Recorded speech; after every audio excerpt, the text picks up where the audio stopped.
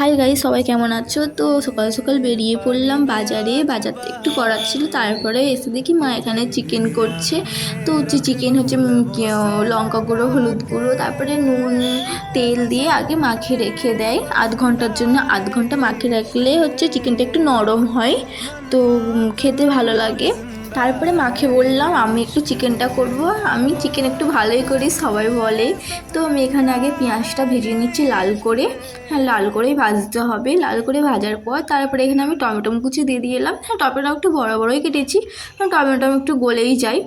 তো এখানে টমেটো আর পেঁয়াজকে ভালো করে ভেজে নিতে হবে যেন একটু গলে গলে যায়। তারপরে এখানে আদা রসুনের পেস্ট দিয়ে দিতে হবে, ভালো করে কষতে হবে যাতে আদা রসুনের কোনো রকম গন্ধ না থাকে।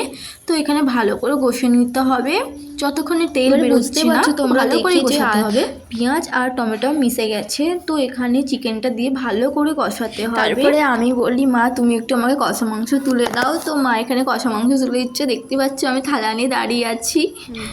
তারপরে খাওয়া দাওয়ার পর বিকেলবেলা এসে দেখি বোন ড্রাগন ফল কাটছে। তো আমার ড্রাগন ফল অতটাও ভালো লাগে না, তোমাদের কি ভালো লাগে তো কমেন্ট করো। আমার বোনেরা কি করে খায় আমি জানি না, আমার তো একদমই ভালো লাগে না, দেখেই বুঝতে পারছো আমার খুব খারাপ লাগে খেতে।